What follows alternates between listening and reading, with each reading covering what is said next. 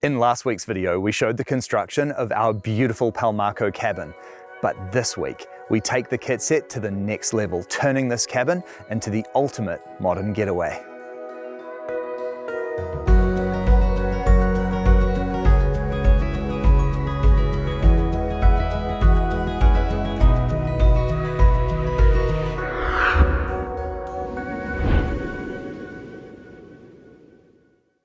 All work and no play makes Bryce a dull boy. So I want to say a huge thank you to June's Journey for sponsoring this video and helping to make all this possible. June's Journey is a super fun murder mystery game set in the 1920s. It's really engaging as you follow the story of June Parker, who's on a quest to solve the murder of her sister and who uncovers some big family secrets along the way. Dive into this hidden object game as you race the clock to hunt for clues. If you enjoy getting lost in a good mystery and solving puzzles, this is the game for you. I like that it's also got a design element to the game as you get to remodel and fix up your own mansion on a garden island. You might even pick up some ideas for your own real-life design projects along the way. Best thing though is to download the game and find out for yourself. You can download right now for free by clicking the link in the description of this video or by scanning the QR code on screen. Supporting our show's sponsors helps to keep us creating content just like this. So do us a big favor and show June's Journey some love by downloading the game and giving it a go. Well, good news. The house has survived its very first rainstorm and everything has held up beautifully, which means today we can get stuck into starting on the decks. This to me is going to be a major transformation for this cabin. We're significantly extending the footprint with this undercover area.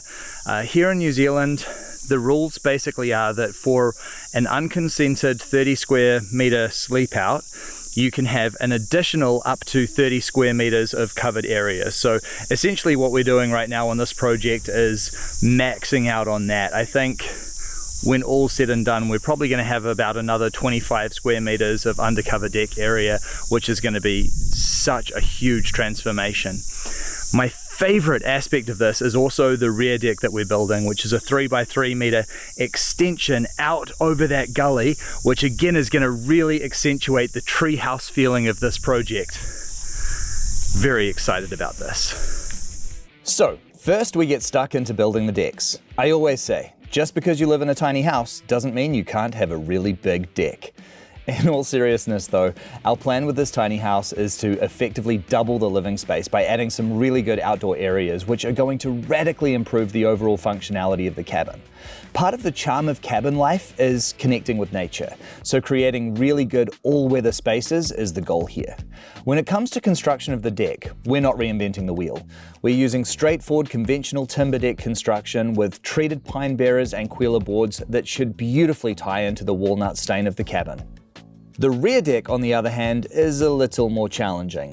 The height means we need to add some extra solid support posts, and it's not the easiest of locations to work in. Luckily it's lovely and shady around here and we get the beautiful bush view, but we are digging 2 pole holes to support this 3 meter square deck that we're about to build, and I'm just laying out the joist. We're going to be connecting it to this joist so it'll be nice and solid, but the boys have got to make a little bit of a track to get down into the scrub to dig the holes so we can get the concrete to them and get the poles in the hole. And bearers on, joists on, decking on. You'll be walking out here sitting having a cup of tea in your beautiful bush view shortly, or tomorrow anyway. So have a crack at that. Solid. Alright, poles in the bush. Awesome. Nothing worth doing is easy though, and I think there's a good chance that this rear deck with views into the stunning forest gully is going to be one of my absolute favorite parts of this cabin. Elevating the deck also really helps to create a feeling of almost being in and amongst the trees, almost as if we're building a tree house. We've just made a safe platform to stand on. Jake has set the height. We're going to cut the pole off the little bit at waist, and we'll notch it nicely, and then we'll put the bearers on and start putting the joists on, and then it'll be ready for deck. And it's a beautiful day. And what did you decide about the fishing? I'm keen.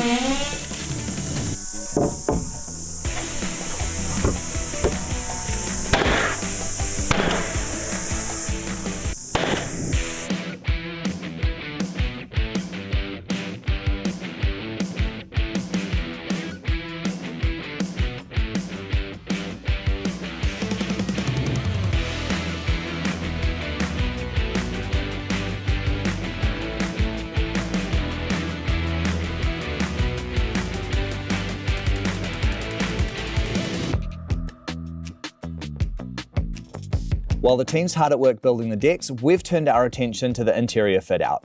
Our friends Jake and Casey here from Variant Spaces have come to have a look at the cabin, measure up and see what's going to work best when it comes to the cabinetry. No, stop it. Some beautiful modelling of the cabinet, Katie. Look at that. Look at that. Trying to work out if a corner bookshelf would look cool there, or if we go single direction bookshelf, and I'm visualising the space. Yeah, remembering we've got the fire in the corner at a 45-degree angle to the room. So I feel like the L is where it's at. This cabin will mostly be for my mum and dad when they visit, and so of course mum makes sure that she gets her 2 cents in. Because I visualised the TV unit there, so I just thought getting my head around different storage we could move. Yeah. Now I'm going red. I'm you're not camera shy. filming. I'm camera shy. Yeah.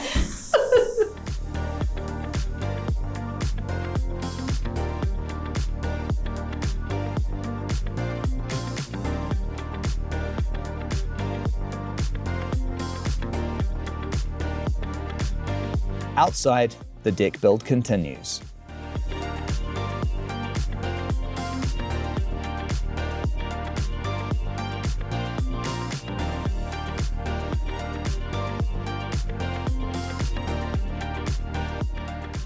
With the decks complete, it's time to start on the awning, and here I'm wanting to do something a little bit different.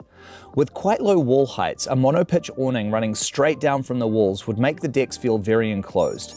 To help open things up a bit, we're going to build a nice gable structure joining to the apex of the kitset cabin roof to really help open up the views and lift the overall height of the awning. I think this is going to also make the awning look much more like a part of the cabin and not just an afterthought.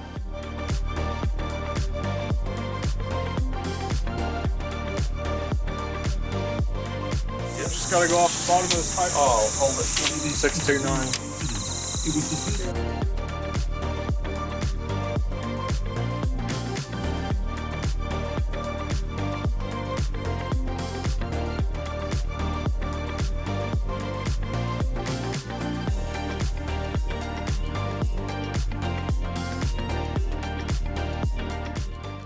We also secured purlins to the roof and awning. This is going to create a great fixing point for the metal roof later, and also a bit of a cavity for us to add some insulation.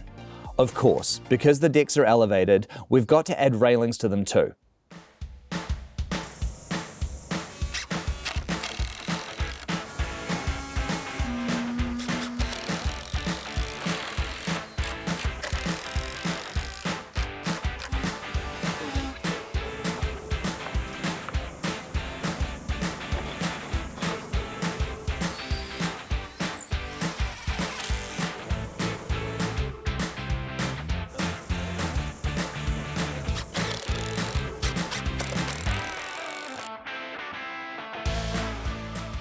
So while the railings were being put up, I drove into town to collect some floorboards.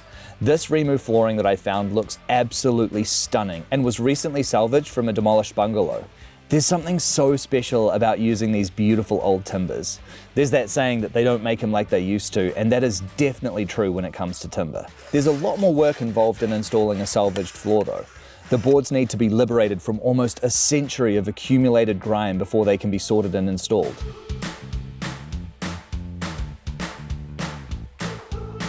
Once glued down, they can then get a good sanding and refinishing to bring them back to looking like new.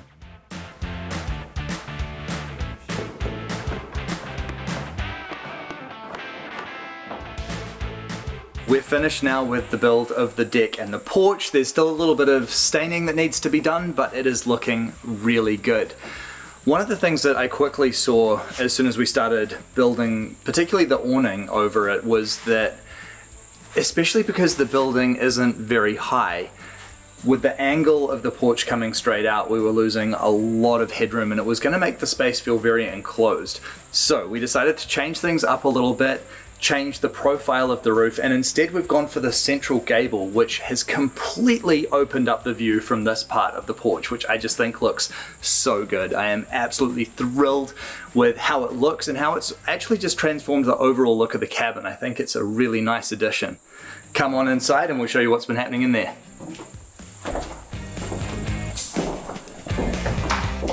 The interior is looking absolutely amazing. We've got the floors in now, the electrics have been run, and we are all set for the cabinetry. Right now, it is looking so good, but I think once the cabinetry is in here, it's just gonna take it to a whole new level. So I'm very excited for that. What we've done with the electrical is we've run a lot of wiring along the ceiling, which has really enabled us to not have to put too many holes in the wall and drill down through the internal walls all that much. So that's definitely really helpful. We've run an electrical conduit on the outside of the home, which deals with a lot of the wires and that sort of thing. So it's a really nice, tidy way of dealing with this kind of structure. The floors are down. They still have to be finished, but they've all been sanded back. These ones come out of a 100-year-old bungalow in Auckland, and it's all beautiful Rimu timber, solid hardwood floors. There was absolutely nothing wrong with the flooring that came with the kit set. We just wanted to go for something that was going to be a little bit harder wearing over time, and we ended up using the flooring that came with the kit set cabin as all of the sarking underneath the awning, and that just looks so good. So yeah, I'm really stoked with how it's all looking, and with the cabinetry now being installed, there is a big transformation still to come. Ideally, in a perfect world, the roofing would have been installed by now.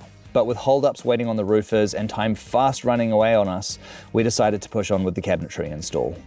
Cabinetry design is such an important part of the build. Often overlooked, it's one of the things that will ultimately determine the functionality of the space. So here, we're making sure that we have plenty of storage while also keeping the cabin feeling spacious. For this cabin, I've chosen to use plywood with a black high-pressure laminate, which should give this cabin such a nice, clean, modern look. Here's hoping anyway. The cabinetry has been kept super simple. In the main room, we're installing a good-sized bookshelf and then a kitchenette. One of the rules regarding 30-metre square sleepouts in New Zealand is that they can't have any plumbing. So this kitchenette is designed for very basic tea and coffee making. In the future though, it has also been designed in a way that we could easily add a sink, faucet and plumbing to make this way more functional. Because our walls are made of solid logs, which made it quite difficult to run electrical wires, we've also used the cabinetry to help add switches and additional lighting into the cabin. That's really going to help keep everything looking nice and tidy. When it comes to the bedroom, there's one thing that my parents just wouldn't compromise on, and that was a super king-sized bed. That certainly created a bit of a challenge to squeeze that in there while creating walking space around as well as storage. Here, we've designed a nice wall cabinet unit that has great-sized wardrobes, bedside tables, and overhead storage cubbies. This is going to look brilliant.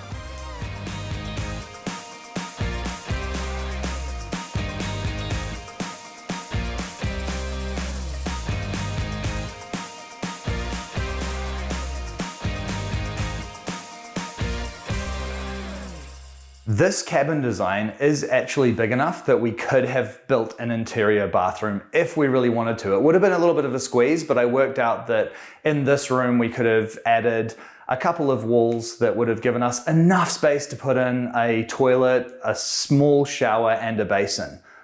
But instead, what I've chosen to do for this project is to build the ultimate outdoor bathroom. Pretty excited about that project, and if you would like to see us make a video on it, let us know in the comments below.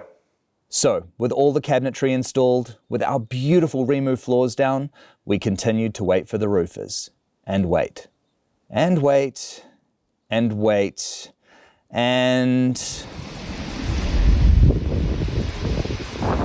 Well, this is not ideal. It is absolutely bucketing down with rain now. Really strong winds. It's blowing off all of our tarps. Fortunately, we got the roofing felt down as well as some purlins, which right now are pretty much just holding the roofing felt in place and doing a fairly good job of keeping the cabin dry, but yeah, I would have loved to have seen the roof on before this happened.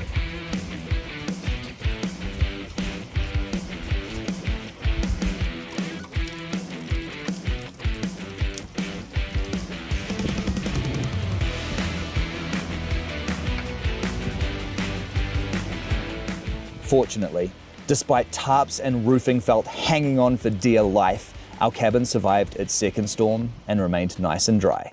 While we continued to wait on the roofers, our fireplace was installed. For the heatproof shielding, we've used a beeswax coated steel, which just looks so good and beautifully ties in with the cabinetry.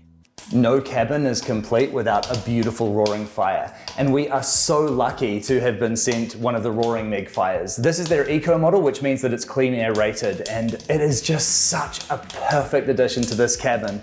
There really is nothing nicer on a cold winter's day than just cozying up next to the fire. Absolutely, this makes the cabin.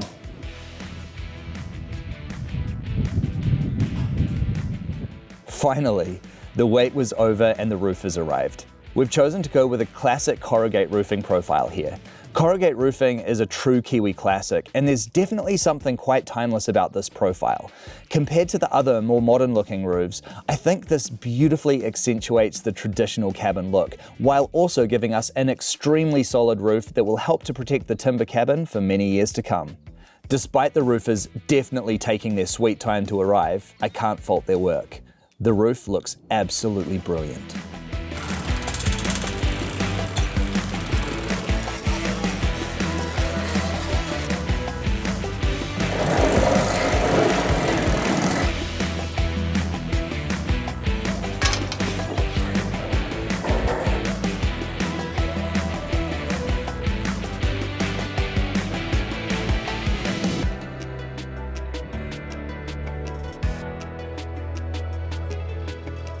Well, all the hard work's now done, and I think this cabin just looks absolutely fantastic.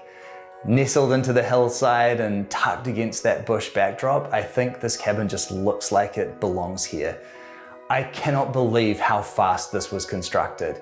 It was such a fun process building this cabin and fitting it out, and now we get to do the even more fun part, which is moving in all of the furniture and actually getting to experience being in the cabin. So make sure you tune in again next week for the final reveal of this cabin. We're also going to be doing a deep dive into the cost and what this actually took to build. So make sure you tune in again next week. We'll see you then.